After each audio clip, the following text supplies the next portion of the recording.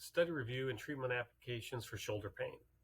So in this study, it looked at a huge amount of information to say, hey, what's the best thing we can do with shoulders, especially older shoulders? The rotator cuff tears are as common as you can get.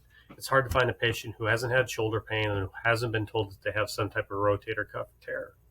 However, one of the things to look at is just because you have a tear, should you surgically have it worked on?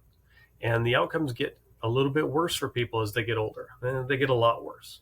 When you're young and you have a mild to moderate, even full thickness tear, surgery is much more of an option than when you're older. Older bodies just don't heal as well. The rotator cuff just isn't as tolerable to surgery and everything that goes along with it. With younger patients, acute tears greater than 1 centimeter usually do pretty well according to the study.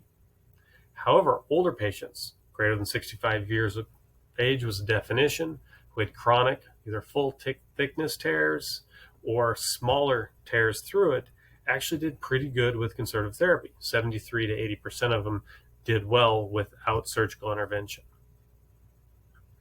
People want to ask why. Well, once again, the tissue, does it heal? Does it repair? It doesn't act like a young body anymore, and that's one of the reasons why we have so many shoulder surgeries fail or just not come around. Many of these older shoulders have a huge problem in dysfunctional muscle patterns, how the shoulders move. You might have heard the term scapular dyskinesis or sixth scapula, descriptions for that neck, upper back, shoulders rounding forward. As we round forward, we're putting a lot of stress and strain on the rotator cuff tendons, especially that supraspinatus, causing that tear and that inability to heal. So why and what are the things they're looking at? And in the study, they helped identify, once again, we have a huge amount of muscular imbalance. We tend to use those upper trap too much. We're getting too dominant. We're not using the lower scapular stabilizers, specifically the serratus anterior, the lower traps, and some of the lower scapular stabilizers. And when this happens, we're just not controlling the scapula well. And if you can't control the scapula, you can't control the arm and how it moves, placing excessive strain out onto the rotator cuff. And what we're talking about is this upper cross syndrome, as the head comes forward, rounded shoulders with that upper trap just pulling on each of those. We start getting very dominant in that upper trap muscle, that SCM, the big neck muscle up front, and the pecs are rounding, pulling that shoulder forward. That position shuts off the lower trap, the serratus posterior, big scapular stabilizers.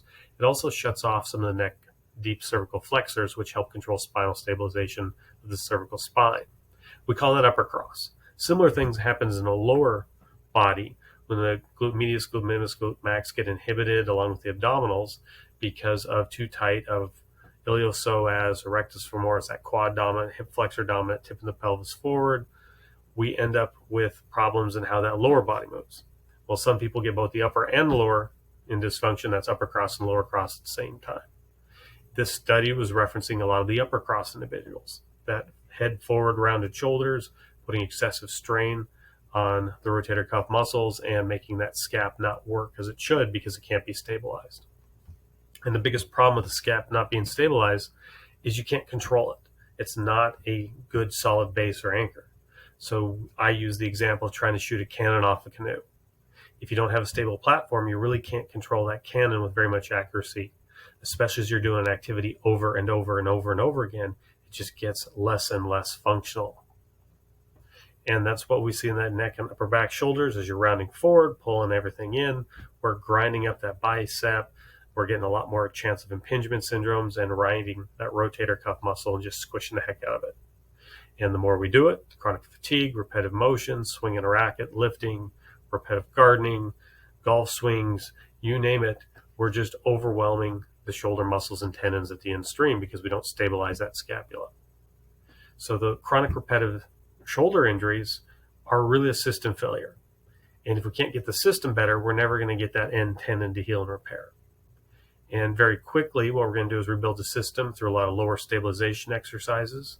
Exercises not trying to build strength, that pec, those shoulder muscles up front, but that lower scapula, where it's at the lower trapezius, the lower shoulder stabilizers.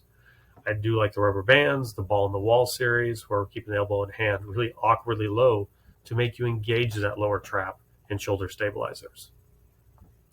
the YTWL progression, we go from basic range of motion to using bands. We can eventually add some weights, getting onto single leg and unstable surfaces to make that pelvis work with the core to the lower scapula and lower scapula to the arms. We can do a lot of good in reteaching the muscles how to work properly in the shoulder without lifting a lot of heavy weight. And of course, we're going to have to do some stretching for flexibility, the chest, the back of the shoulder muscles, the front of the shoulder, getting more flexibility to help improve it. And soft tissue treatments do a fantastic job at aiding this process and speeding it up. Anybody who's had chronic shoulder injuries, chronic trap tightness, really working these areas to break out that chronic scar tissue through them so that we can get repair remodeling and also get more lengthening in the tissue to make it more functional. So this very quick review of the study and all the principles that we put in play to help rehabilitate shoulders without surgery. And for the ones who do need to end up in surgery, you're going to do a lot better if you've already started this process of that scapular stabilization, trying to get rid of that upper trap dominance. This is covered in the shoulder pain treatment guide that's available in the office or on Amazon. For more information, please go to our website. We have a ton on shoulder injuries, or to pick up a copy of the book. Hope that helps, and follow us and like us, and have a great day.